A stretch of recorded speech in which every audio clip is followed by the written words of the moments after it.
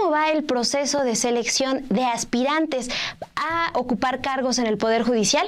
Bueno, el Comité de Evaluación del Poder Legislativo confirma que ya solo entrevistará a 5,000 aspirantes de los 10,000, más de 10,000 que habían avanzado en la primera etapa.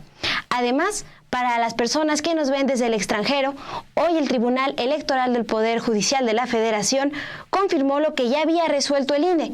En esta elección, en la elección de junio, no se permitirá el voto desde el extranjero. Acompáñenos que les contamos en este Con Todo.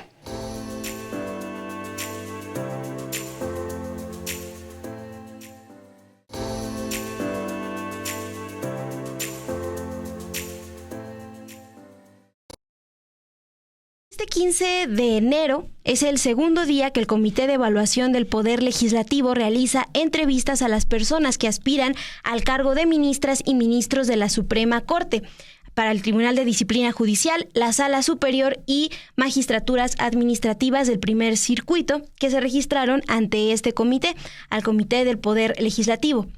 El comité había confirmado en diciembre que 10,877 personas cumplieron los requisitos iniciales para avanzar en el proceso. Recuerden que fue el único de los 3 comités que presentó la lista de personas elegibles a destiempo. En un primer momento, el 7 de diciembre del 2024, publicó una lista preliminar de 7,060 aspirantes. Fue el 16 de diciembre cuando sumaron a otras 3,817 personas. En diciembre, los integrantes de este Comité del Poder Legislativo confirmaron que los tiempos los alcanzaron y, ante la urgencia de presentar la lista en el plazo que establecía la ley, publicaron una lista de aspirantes que estaba incompleta. En esa ocasión, argumentaron que un problema fue la cantidad de las solicitudes que tuvieron que revisar. Con este antecedente es que el proceso de entrevistas que inició el lunes 14 de enero, el martes 14 de enero, generó varias dudas, porque antes del 31 de enero tendrían que entrevistar a las más de 10,000 personas que avanzaron en esta primera fase. Hoy, Ana Patricia Briceño Torres, que es integrante del Comité de Evaluación del Poder Legislativo y extitular del Instituto Sonorense de Transparencia, aseguró que el tiempo sí les va a alcanzar porque solo entrevistarán a poco más de 5,000 personas. Dijo que son quienes tienen materia de idoneidad y para ello ya tienen listo un cronograma. El Comité de Evaluación no dio detalles de qué criterios utilizaron para depurar esta lista inicial. De hecho, este dato de que las personas de cuántas personas entrevistarán lo compartió Briceño Torres, Ana Patricia Briceño Torres, ante la insistencia de la prensa, porque durante la mañana dieron una breve conferencia de prensa, muy breve, duró 12 minutos y ni siquiera aceptaron preguntas, pero este dato lo da pues ya cuestionada directamente con cámara por la prensa. Este dato de que habían pasado de 10,000 aspirantes a 5,000. Ajá. Y sin decir por qué. Sí, solo dijo, sí nos va a dar tiempo. Rasuraron. Exacto, dijo, sí nos va a dar tiempo porque son poco más de 5,000. Fue la única información que se dio. También algo que destaca esta breve declaración de Ana Patricia Briceño es la respuesta sobre si el Comité del Poder Legislativo también se encargaría de evaluar a las personas que se registraron en el Comité del Poder Judicial. Recuerden que desde el 7 de enero el Comité de Evaluación del Poder Judicial anunció que frenaría el proceso de selección porque decidió acatar la suspensión de un juez.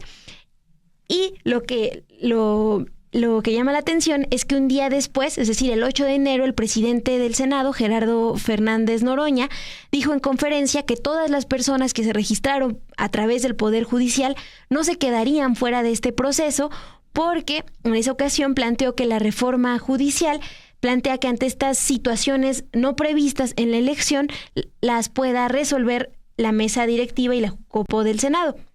Estamos hablando, Dul, de más de 1,000 personas aspirantes a jueces, magistrados y ministros que sí resultaron elegibles en la lista del Comité de Evaluación del Poder Judicial.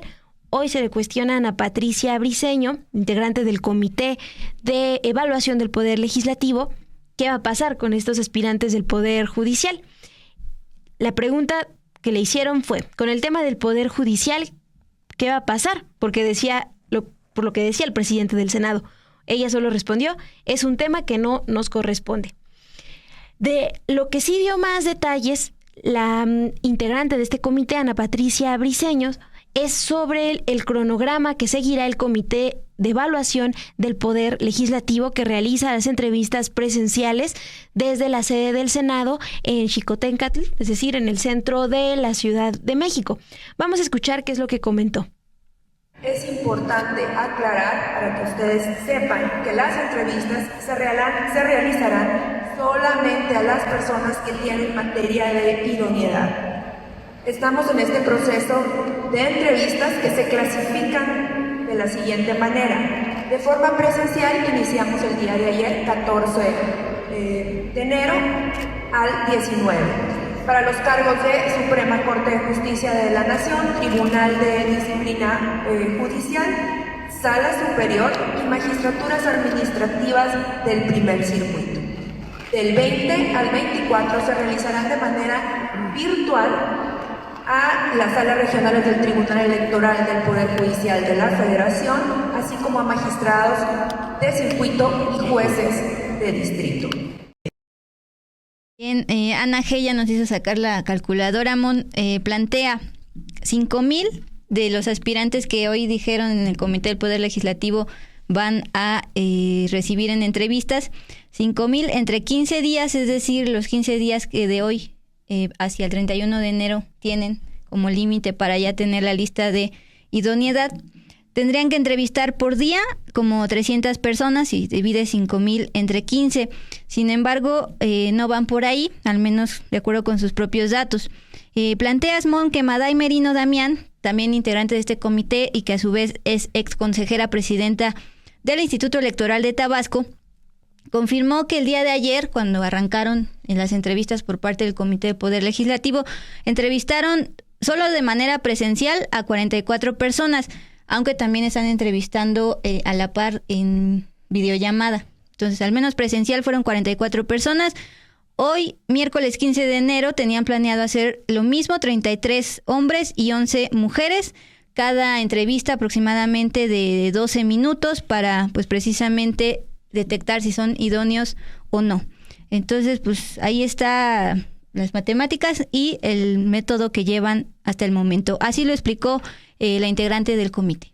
Esta etapa, por cada bloque, nosotros estamos citando a 44 personas. En el caso del día de ayer, citamos a estas 44 personas, 38 eran hombres, 6 mujeres, y ahora el día de hoy tendremos también citadas 44 personas, de las cuales 33 son hombres y 11 son mujeres. ¿Cuál es la dinámica? La dinámica es, primero pasan a este foro que se encuentra del lado izquierdo, del lado derecho, de parte de ustedes, y ahí se le da una información previa al sustentante sobre cómo se va a llevar a cabo la entrevista.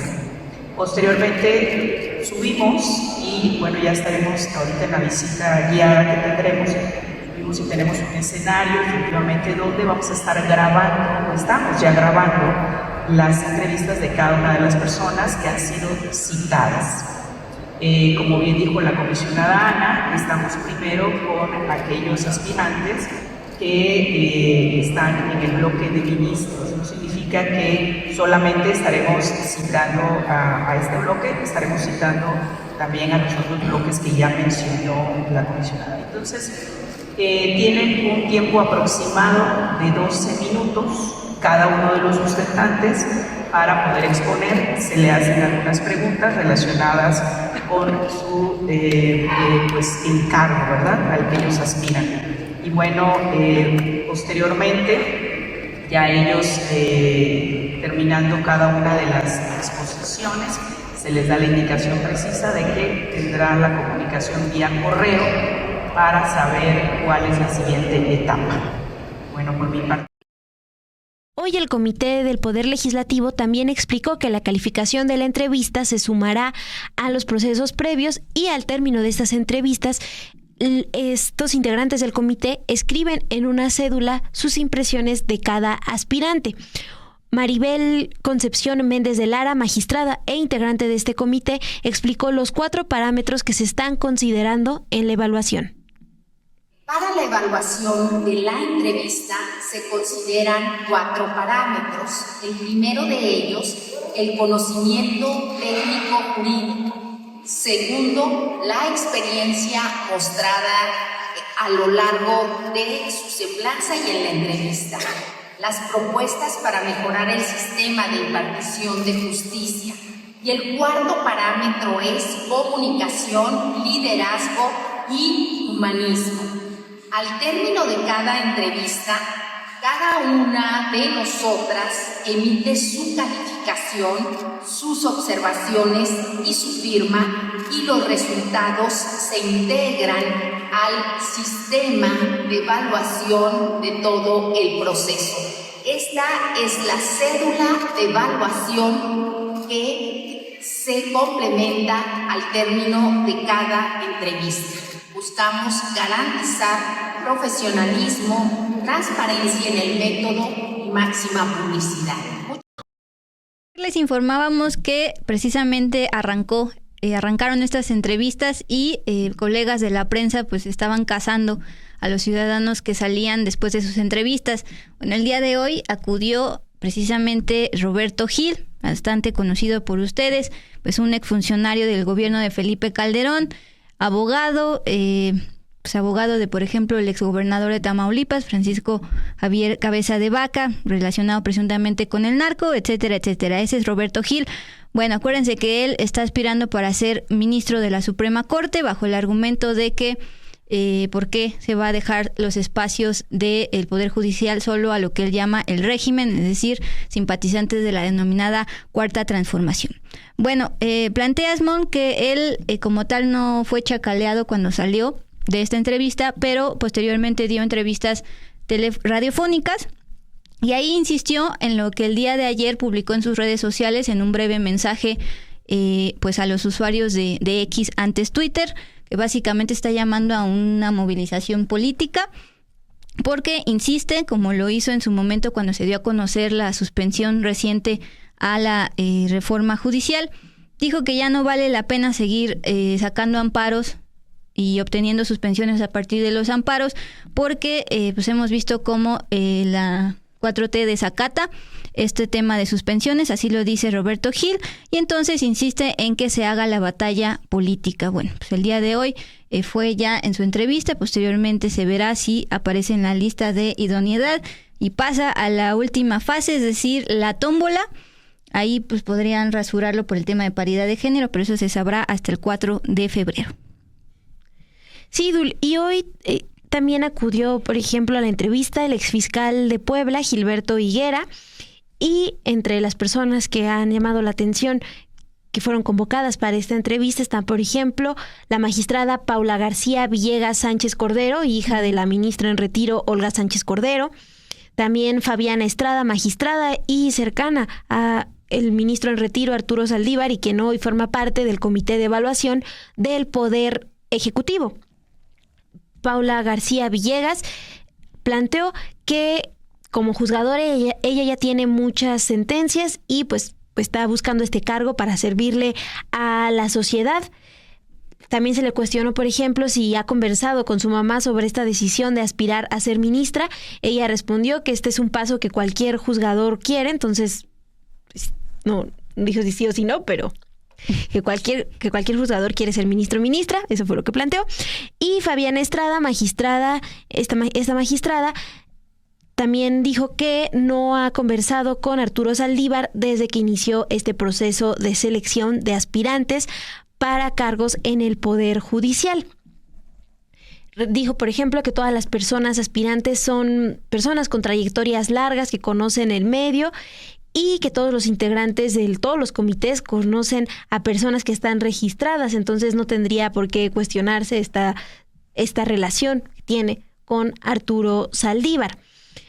Y además del Comité del Poder Legislativo, ustedes recuerden que el Poder Ejecutivo, el comité de este poder, inició desde el viernes 10 de enero las entrevistas a las y los aspirantes.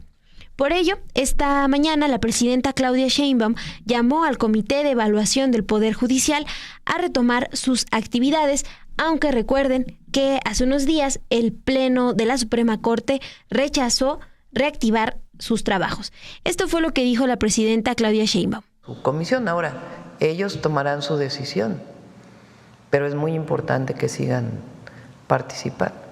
Muchas gracias, presidenta. Por acá, de este lado.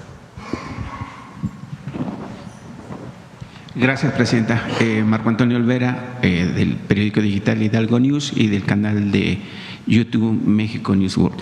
Le tengo una serie de cuestionamientos. Si me permite, iniciamos con el primero, con el programa de Sí al Desarme, Sí a la Paz, que mañana tendrá 8 días de su arranque en el atrio mariano de la Basílica. En ese sentido, quisiera saber cuál ha sido el reporte y qué significó para usted pisar uno de los escenarios, digamos, más importantes religiosos en este país, y cuál es su relación de su gobierno con el Vaticano. Va a ver si Rosa Isela nos pasa cuántas armas se han entregado a la fecha para poderles dar el avance. Desde Benito Juárez y las leyes de reforma quedó muy clara la separación entre la Iglesia y el Estado. La Iglesia y el Estado. Así está la Constitución y además así consideramos que debe ser. Es parte ya de la historia de nuestro país. Y se logró pues esta separación y al mismo tiempo la libertad religiosa, la libertad de culto, que cualquier mexicano o mexicana pueda practicar una religión que desee. Este acuerdo, digamos, de palabra, de colaboración con la Iglesia Católica y con otras iglesias. Otro tema que se planteó en esta rueda de prensa muy temprano el día de hoy por parte de la presidenta fue el llamado de la consejera presidenta del INE, más bien del llamado de la presidenta Claudia Sheinbaum a el INE a definir las reglas para promover el voto en el proceso electoral de juzgadores.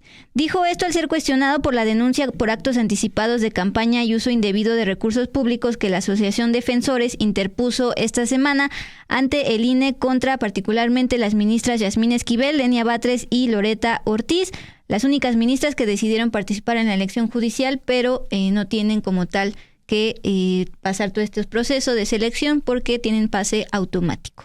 Esta denuncia llama la atención porque la Asociación Defensores la encabeza Miguel Alfonso Mesa, quien de noviembre del 23 a junio del 24 fue coordinador de asesores de la senadora Laura Ballesteros de Movimiento Ciudadano, que a su vez fue una de las que estuvo principalmente en la campaña de Álvarez Maínez a la presidencia. Y en sus redes sociales comparte fotografías en eventos de Movimiento Ciudadano. De hecho, cuando leí esta nota, Mon, de que se había presentado una denuncia, me pregunté de qué iba la Asociación Defensores. Bueno, y aquí ya te pusiste a plantear que pues, tienen un nexo con un partido. Bien, esto fue lo que pidió la presidenta Claudia Sheinbaum a el INE esta mañana. Magistrado, ministro del Tribunal Electoral o de el Tribunal Judicial, en fin, todo lo que por lo que vamos a votar. Y aprovecho también porque la Corte decidió que no iba a seguir con el proceso y considero que ellos mismos le están retirando la posible participación a quienes se apuntaron en el Poder Judicial.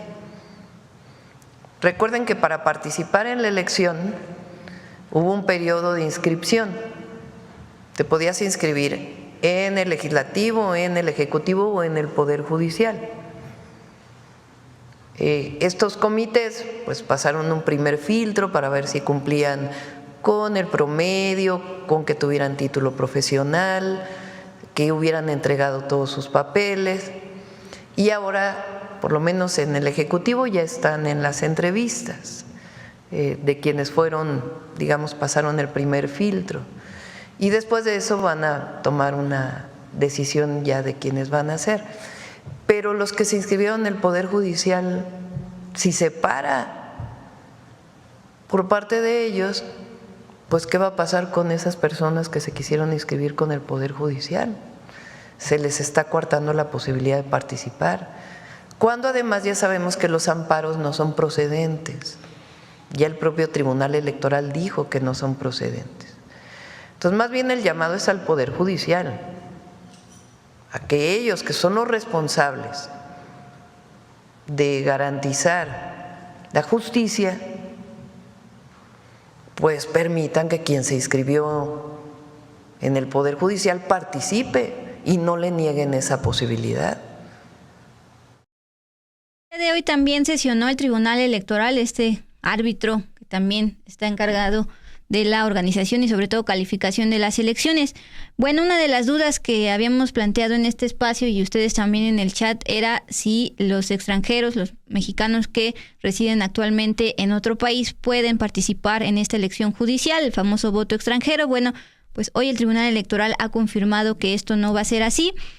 Primero, recordar que ni siquiera en las leyes secundarias de la reforma judicial se planteaba este tema del voto extranjero, pero pues también me explicaban en la mañana que se podía por parte del INE emitir un lineamiento al respecto. No fue así.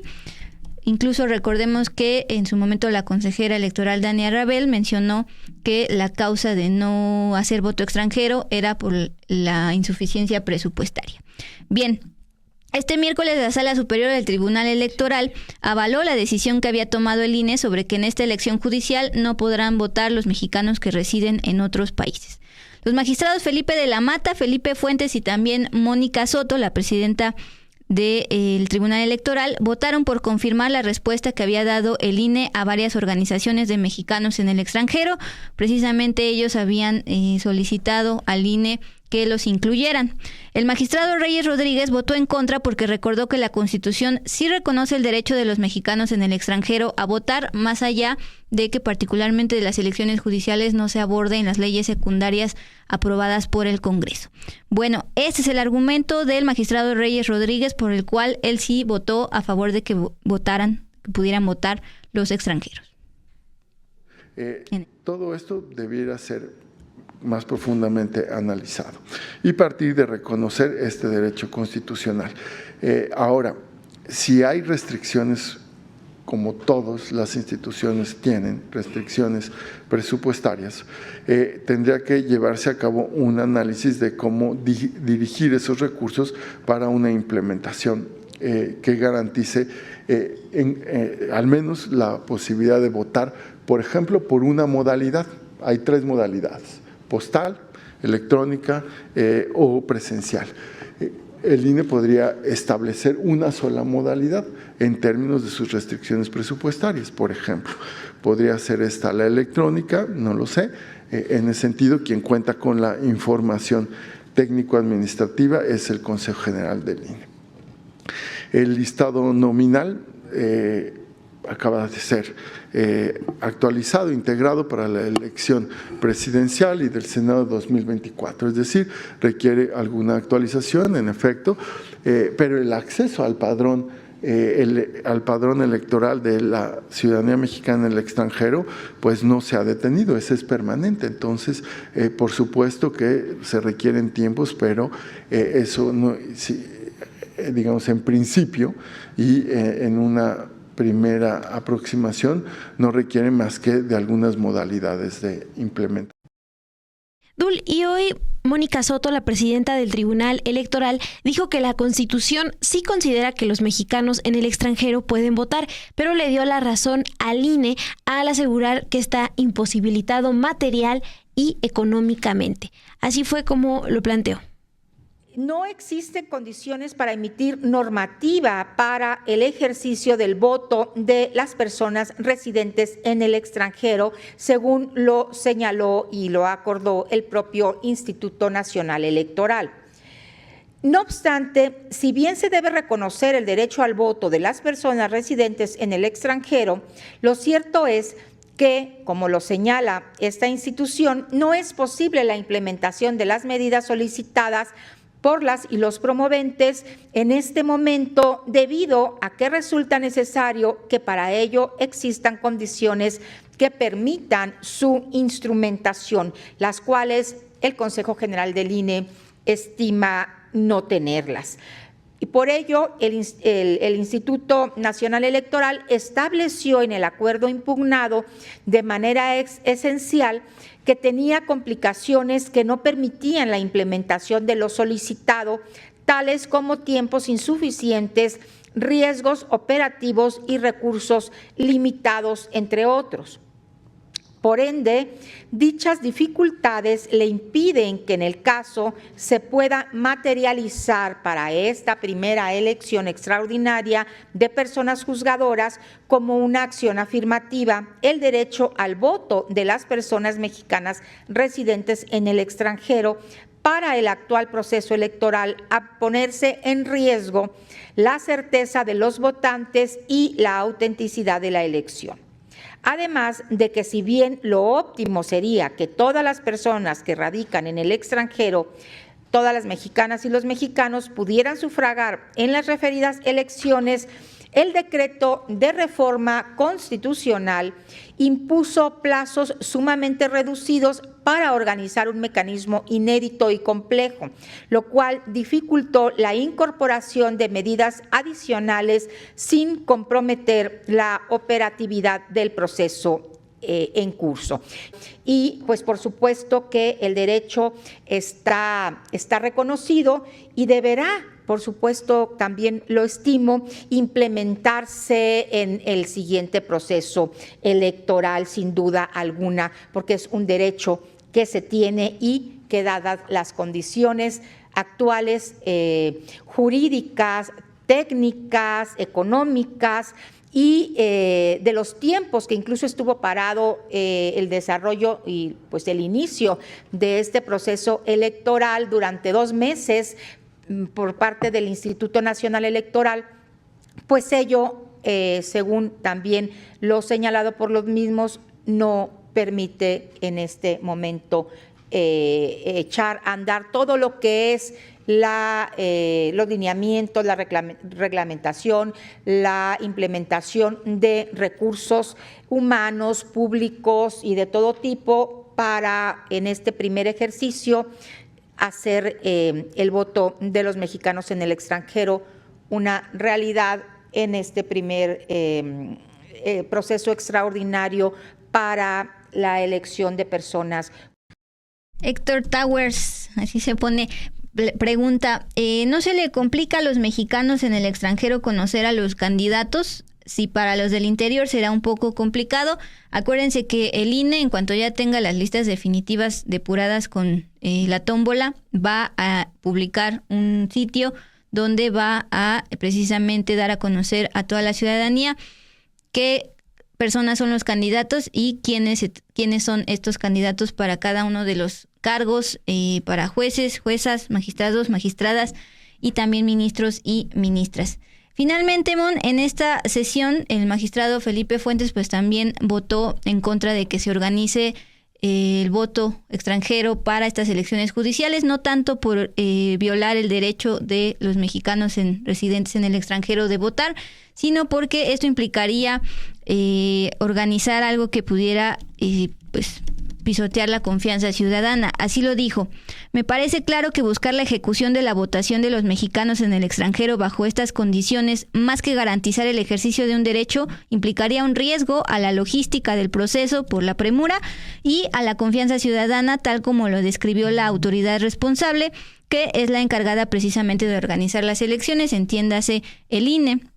Entonces, pues así estuvo la discusión en esta sesión. En conclusión, pues para quienes nos ven desde Estados Unidos, desde Canadá y querían participar en esta elección judicial, no lo van a poder hacer porque así lo definió el INE y así lo definió también el Tribunal Electoral por cuestiones de logística y también de presupuesto. Dul, y retomo un comentario que nos dejan aquí en el chat de Guadalupe Garibay. Nos dice, por favor, den a conocer bien a los candidatos para que podamos votar de la mejor forma, votando con conocimiento. Eso en particular me angustia. Lo que ha planteado el INE, Guadalupe, es que se va a crear el micrositio Sistema Conóceles Y así se llama. sí, así se llama, y ahí se va a agregar los perfiles de quienes estén buscando cargos en el Poder Judicial. Todavía pues no se define quiénes son los seleccionados, las seleccionadas, pero al menos ya está este anuncio desde el INE de este sistema Conóceles, donde vamos a poder tener más información de las y los aspirantes. Este sistema se aprobó hace poquito, el 13 de enero. Es el anuncio que tuvimos, pero pues muy válido, Guadalupe, que estés nerviosa por saber quiénes están, o ansiosa. Sí, de saber quiénes van a estar en las boletas, ¿cómo no?